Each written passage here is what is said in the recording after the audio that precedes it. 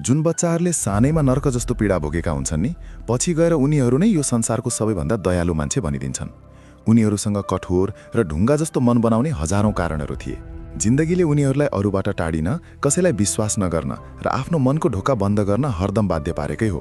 मान्छेले कतिसम्म पीडा दिन सक्छ भन्ने कुरा उनीहरूले बुझ्ने उमेर नहुँदै महसुस गरिसकेका थिए। तर उनीहरूले एउटा फरक बाटो रोजे।